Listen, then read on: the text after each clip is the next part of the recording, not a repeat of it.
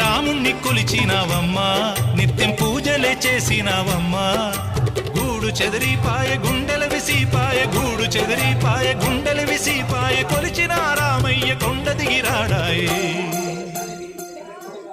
వందనాలమ్మా అమ్మా వందనాలమ్మా